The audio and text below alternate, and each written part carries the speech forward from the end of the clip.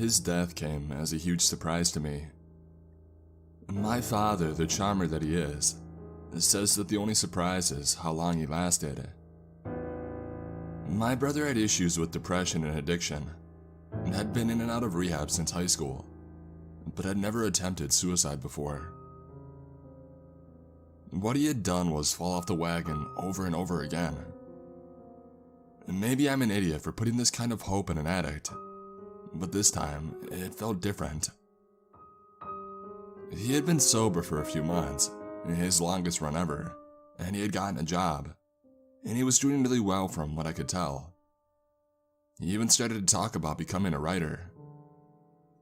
I had never known him to have a dream, so this was a really big deal for me. What I'm trying to say is, he didn't seem like somebody who was planning on killing himself. He seemed like he was really determined to stay sober this time. I got my hands on his journal a few days ago. I know that he had been keeping one since he got out of rehab, and I was really hoping that there was some kind of clue as to what had happened. Honestly, I have no idea what to make of its contents. If taken at face value, it looks like he may have had some kind of psychotic break, or something like that. But like I said, he seemed to be in a relatively good place. If he was gonna snap, I feel like it would have happened when things were really bad for him, which they were for years. I spoke to him a few times before it happened, and he seemed pretty lucid. Like he didn't say anything that raised any red flags or hinted that he might be having hallucinations. Even his writing reads like it always did, if you ignore the subject matter. Anyway, I've been up for days poring over this journal, trying to make heads or tails of what he was going through. I've hit a wall, honestly. It just isn't adding up for me. I'm hoping that stepping away from it for a couple of days will give me a fresh perspective. I'm gonna post the journal entries here in the meantime. I'm not quite sure what I'm hoping for, but it feels wrong to just sit around and do nothing.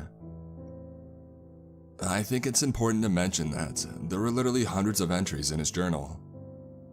I'm only posting the ones that I think are most relative to his breakdown.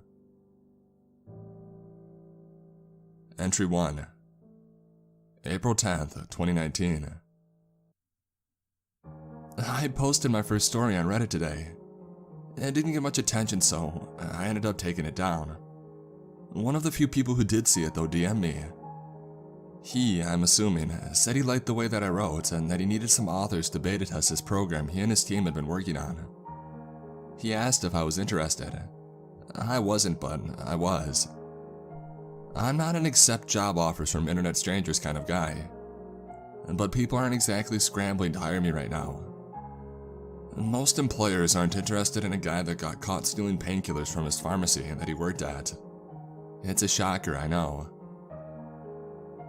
I waited a few minutes to see if somebody with a job offer was going to knock down my door at the last second. And when that didn't happen, I accepted the Reddit guy's offer. We exchanged emails and he sent me a bunch of crap to sign, including a non-disclosure agreement. Not sure what he thought I'd be telling. I'm beta testing software isn't exactly something you shout from the rooftops. I'm expected to spend at least 8 hours a day during the week working on the program. God, I can already feel my back cramping up. Whatever, it pays well and it's not like I have anything better to do. I start tomorrow. Times that I thought about drinking today, 25. Times that I thought about pills today, 18. Cigarettes smoked, 6. Entry 2, April 11th, 2019. Holy shit. It took me 2 hours, 2 goddamn hours to get through the instructions section of the program. I read all sorts of stuff about character types and what I can and cannot do within the program. And there's a lot of mention of something called the Storyscape, but I'm still not entirely clear on what that is. I didn't ask what kind of program it was, but I figured that I didn't need to. There aren't many programs one would need writers to test, and to the best of my knowledge anyway. I figured that it would be a word processor or some kind of something meant to make staying on task easier. But nope.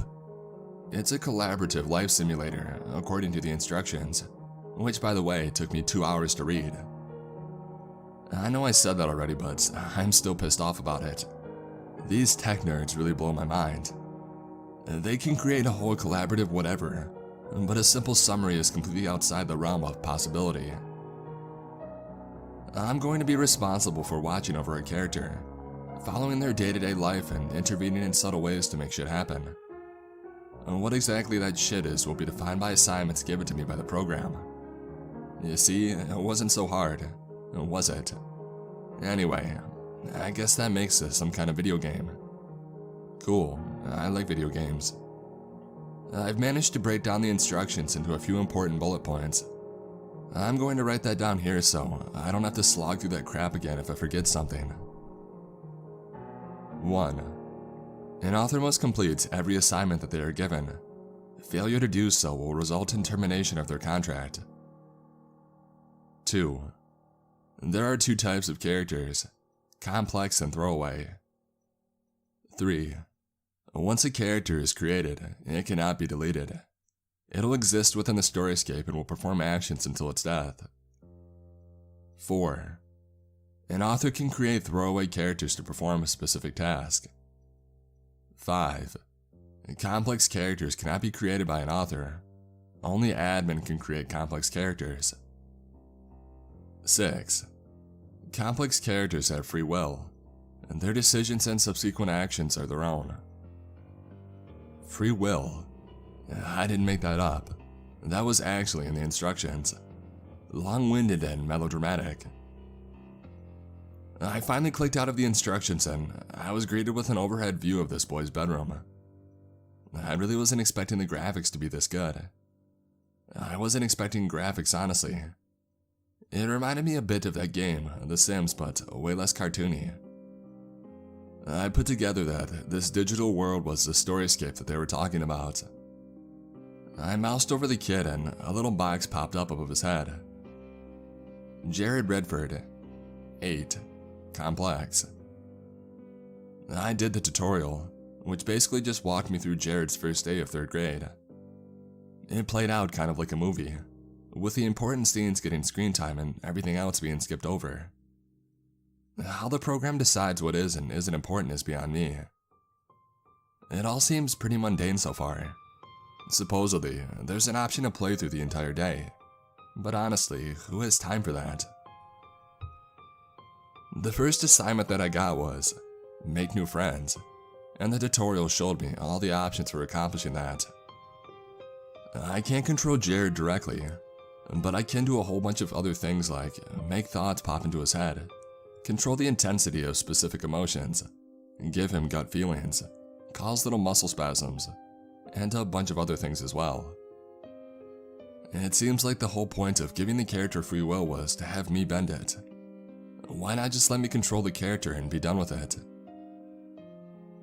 The whole day took me around 10 minutes to complete. I made a throwaway 5th grader and had him knock Jared's books out of his hands in the hallway. He ended up making friends with the 2 kids that helped him pick everything up. Man, I wish someone came to my rescue like that when I was a kid. Maybe then I wouldn't have ended up as a recovering addict babysitting a digital 8-year-old. Times I thought about drinking today, 22. Times I thought about pills today, 29. Cigarettes smoked, 9. Entry 3, May 4th, 2019. The attention that the developers paid to detail is impressive. It's been about 3 weeks real time since I started using the program, which translates to a little less than 3 years within the storyscape. Mikey and Jackson, the 2 kids who came to Jared's rescue on the first day of 3rd grade, had become his best friends in the entire world. The 3 of them are completely inseparable, which is why Jared was devastated when Jackson's parents started talking about moving to another town. It crushed him, understandably. Yes, in theory, they would still be able to see each other, but they would be at the mercy of their parents who probably wouldn't want to make the 30-something minute drive all that often. Watching Jared try to pretend like everything was okay, even though he wanted to cry all the time, really hit home for me. He wasn't a freak or anything like that, but he did have a difficult time connecting with people. He was in his head a lot, and it can make him appear awkward on the surface. Jackson was one of the few people who took the time to get to know Jared, and to see him lose that, he deserves better is all I'm saying. I waited to see if an assignment would come in for me to stop Jackson's parents from moving, and when it didn't, I decided to go ahead and stop them anyway. I made a throwaway and I snuck her in a house that looked very much like the ones Jackson's parents were going to buy. I made it her purpose in life to sell that house for significantly below market value, and I had her post up flyers around the area where Jackson's mom likes to power walk.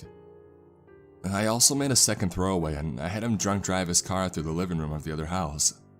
You can never be too thorough. Long story short, it worked and Jackson's family ended up moving right down the street from Jared. When Jared found out and that cloud that had been hanging over his head had dissipated, it felt like all of my insides unclenched at once. I hadn't even realized how tense I was. That's not the impressive part though. When everything was said and done, I started to think about the throwaway that I had created. I literally added a lot to Jared's neighborhood and built a house on it instantaneously, yet no one within the storyscape batted a digital eyelash. I made the throwaway walk her dog and stuff, and it seemed like people knew who she was despite the fact that she didn't exist until a few minutes ago. They waved to her and said good morning and all that normal neighborly junk. The program had this timeline feature where you can go back and look at any event that happened from the day you booted up the program for the first time. It showed that the house had always been there and that the woman had always lived in it. I'm not exactly an expert on this kind of stuff, but it seems like the program retroactively generated a whole life for the throwaway. It sort of makes sense when you think about it.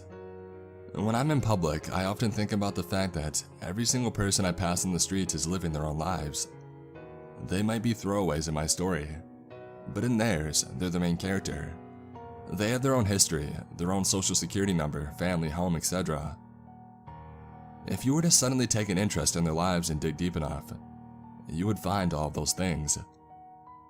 It's like a trail of breadcrumbs that show this person existed long before they flashed across your field of vision. If somebody in the storyscape decided to play detective and couldn't find those breadcrumbs, that might raise more than a few red flags. I know that sounds crazy, but you wouldn't even believe how advanced this AI is. I sometimes forget these people that I'm watching aren't real. The rules did say that complex characters have free will, and maybe that means they're capable of higher level thinking as well. Maybe it would be possible for them to figure out that they're a part of a simulation. Maybe it's already happened before, and that's why the developers put that feature in. I wonder what happened to the character that put all the pieces together. Times that I thought about drinking today, 35. Times that I thought about pills today, 19.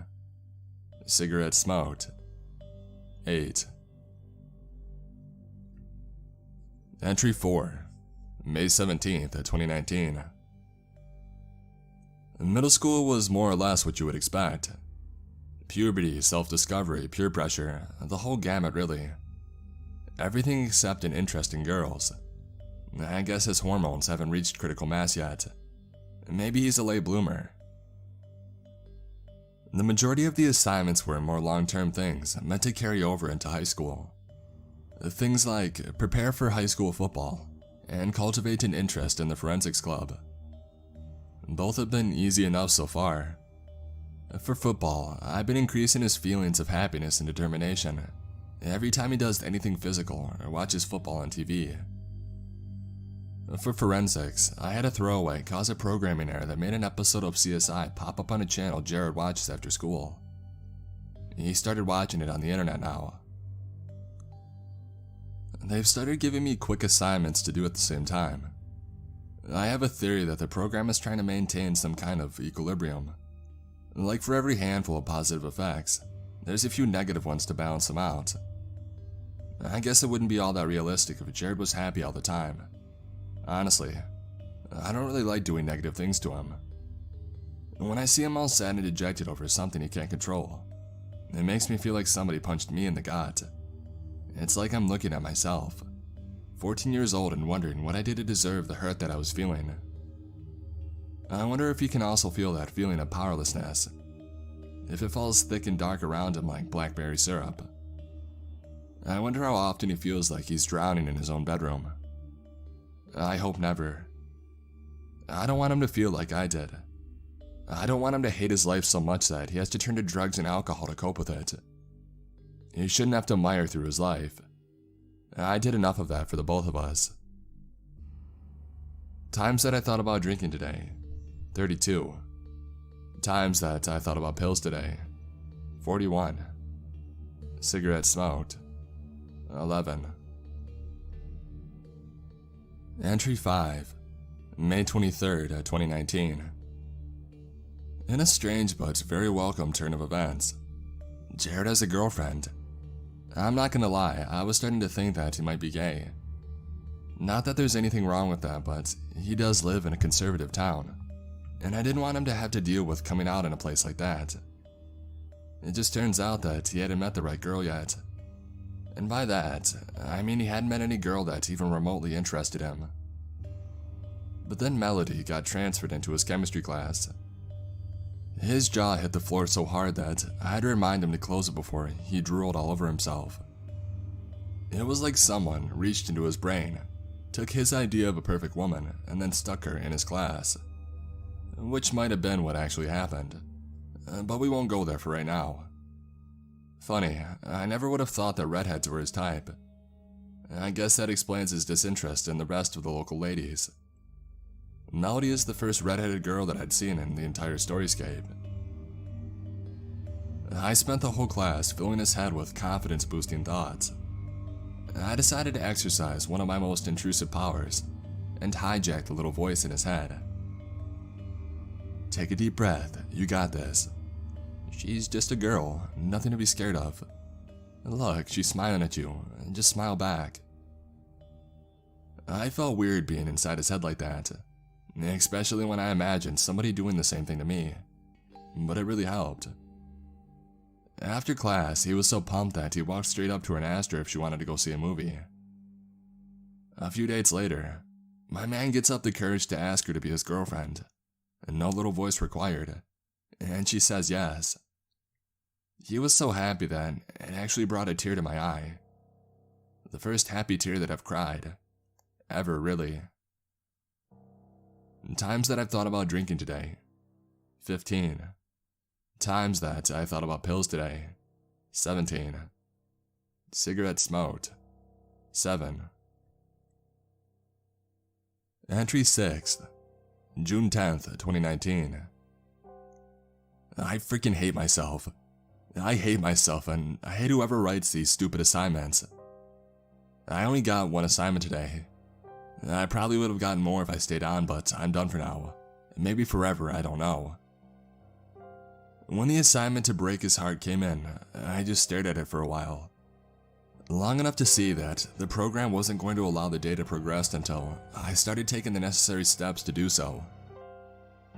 By the 5th or 6th loop, the program started reminding me that if I didn't complete the assignments, I would be fired. I just don't understand why he needed a heartbreak. Yeah, okay, it's a learning experience and all that, but there are other ways to learn things. Let the kid have his young love. Let it end naturally and be a fond memory for him, not something that pops into his head during bouts of insomnia. I don't use the word love lightly, and by the way, but Jared freaking loved that girl and it really showed in his actions. I'm no expert on love, but I know a good relationship when I see one.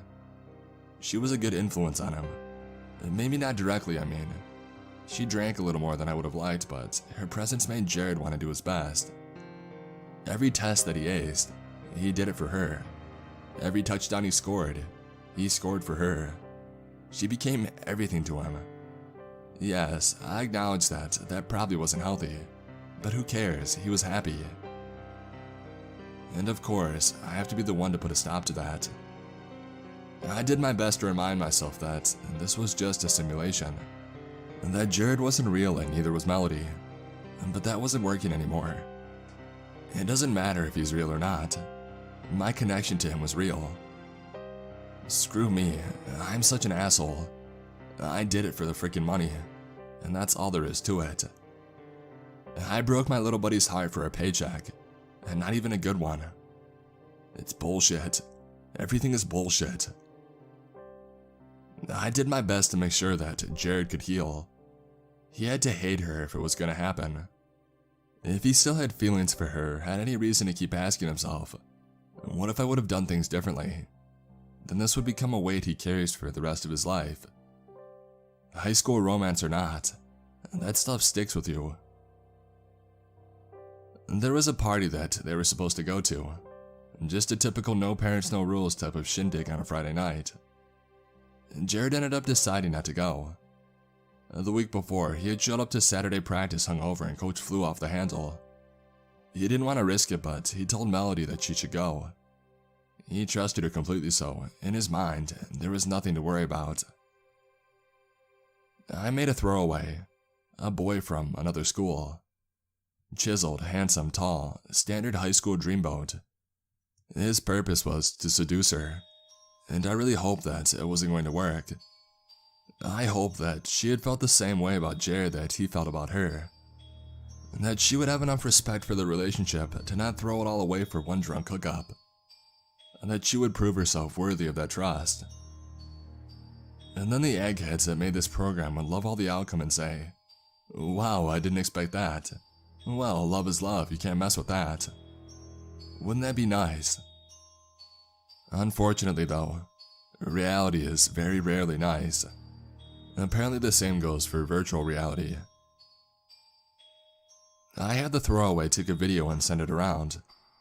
It was an awful way for Jared to find out, but I had to make sure that he really hated her. So much so that it would eclipse how much he loved her. And it worked, maybe too well. He's been having reoccurring dreams. When I look inside them, I can see blurry images. Really violent ones where he does unspeakable things to a girl with fiery hair. He wakes up sweaty and crying and usually can't fall back asleep afterwards. His grades are slipping. Coach moved him off of the starting lineup. He dropped out of the forensics club. His life is falling apart right before my eyes and it's all my fault. I don't think that I can do this anymore. Times that I thought about drinking today, 42. Times that I thought about pills today, 37. Cigarettes smoked, 16. Entry 7, June 11th, 2019. That piece of shit. I called the asshole that gave me this job and I told him that I was done. And you know what he told me? You can't quit. I told him that there was literally nothing he could do to stop me. I didn't even want my last paycheck. I just wanted to delete the stupid program and forget any of this had ever happened. I told him if the complex characters have free will, then so do I. And what I want is to put this whole goddamn thing behind me. He tells me that if I quit now, they'll have to find somebody else to write Jared. Hasn't he been through enough? I shouted into the phone. He hasn't fulfilled his purpose. He said it so casually, like he was telling me he needed to stop by the store and pick up milk. I wish that I could have reached through the phone and broke his freaking nose. Every character in the storyscape is a single part of a greater whole. They need to fulfill their purpose for the good of the story. I practically begged him to just leave Jared alone. AI or not, he can feel things, I know that. That prick just kept saying that his hands were tied. We serve the story, he kept saying. God, I'm so frustrated. What kind of sick asshole or group of assholes does shit like this? They created Jared, bestowed him with sentience, and gave him feelings and free will. But for what? Just so he could really feel the pain they intended to inflict on him. To make him smart enough to wish he was never born when his heart shattered into a million tiny pieces. What's his purpose? To be a drug addict. Because he sure as hell is heading that way with the amount that he's been drinking. It might seem like I'm being overdramatic about this whole high school breakup thing, but listen to this. I overheard a conversation between Jared and his dad the other day.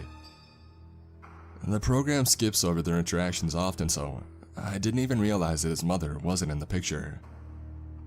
I did some digging and I found out that his mom was ridiculously abusive. She used to lock Jared in a closet and make him kneel on frozen peas when he misbehaved. She said that it was because he was an awful child born with poison inside of him. He needed to learn to be well behaved and to not spread his poison to other people, or everybody he loved would die, her included. What a messed up thing to say to a child. She was diagnosed with multiple mental illnesses and committed to a mental institution. I looked her up and she looked so pathetic. Drugged to high hell, glass-eyed and slack-jawed. Fire red hair so wild and unkempt that I would have believed it if you told me that she was raised by wolves. I wanted to hate her for what she had did to Jared, but then I moused over her and I saw that she was a complex character too. That means somebody probably rolled her into a psychotic break. It's not her fault. It's their fault. They're monsters and they're going to keep bending Jared until he breaks. God, I can't quit. The next author won't give a shit about him. I'll have to follow the assignments, but what I do in between them is up to me. I could spend my time making him happy, undoing the hurt that the assignments do. Screw whatever purpose that he's meant to fulfill. I won't let them use him for their stupid story. Times that I thought about drinking today, I didn't count. Times that I thought about pills today, no idea. Cigarettes smoked, a lot. Entry 8, June 13th, 2019. I can't believe my eyes right now. I thought at first that there was something wrong with the program, like some kind of graphical glitch or something like that. So I shut it down and I turned it back on.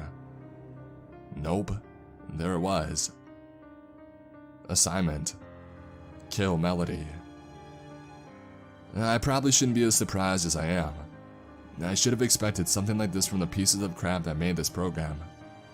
They want to make Jared into a freaking killer. That must be the purpose that asshole on the phone was telling me about. Well, I'm not doing it. We're not doing it. It's not gonna happen. They have absolutely no right to pull something like this. None whatsoever.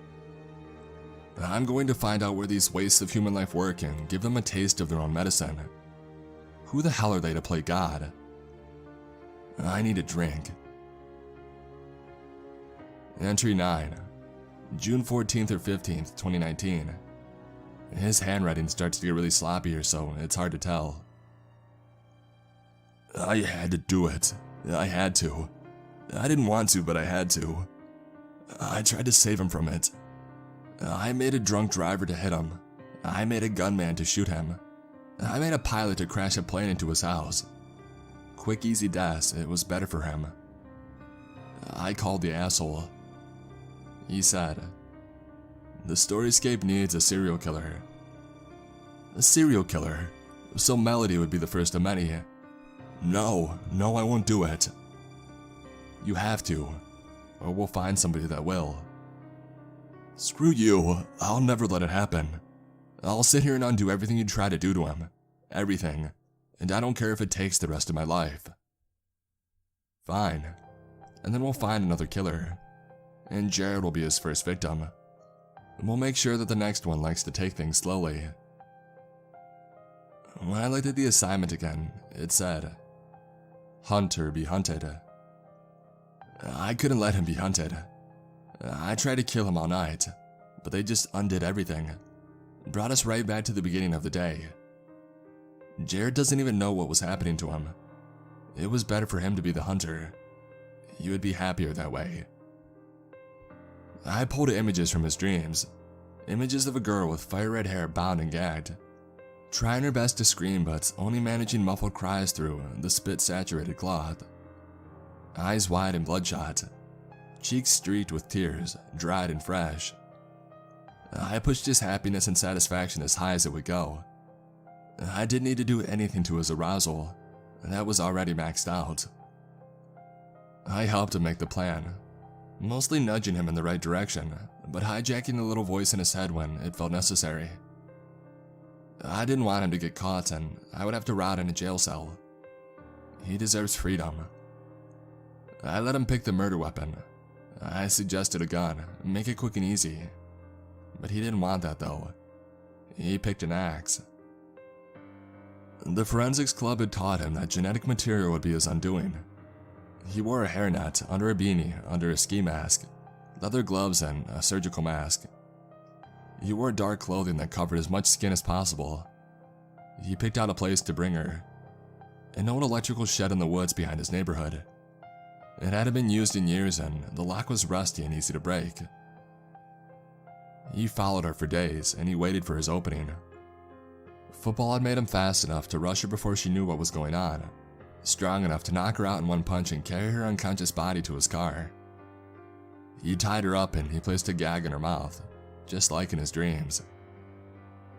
He gave her a speech before he killed her. I wasn't really listening. Something about how much she hurt him. The little bit I did catch sounded ambiguous. He avoided specifics and he focused on the pain that he felt. I could tell that he had gone over the speech 1,000 times in his head, maybe 10,000. He kept touching her hair, running his fingers through it, looking at it through tear-blurred eyes, pressing handfuls of it to his nose. I think I counted 57 swings of the axe.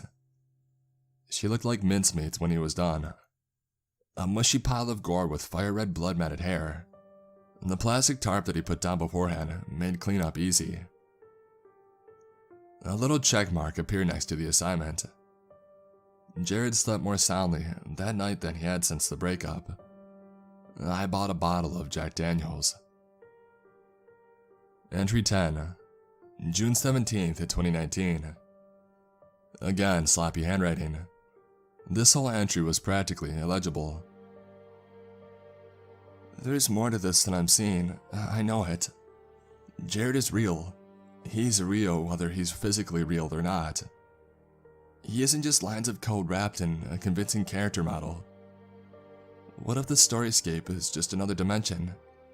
That would make me a deity of some sort, one who used his power to create a monster. He keeps killing and I haven't even touched my keyboard. I just leave the program running while I drink and Jared does what he does. Free will my ass. I made him this. I manipulated him into making decisions he thought that were his own. I only believe that he had free will. And maybe it's the same for me. I did everything that I was told, reluctantly or otherwise. I kept following those assignments until whoever the hell they are got exactly what they want.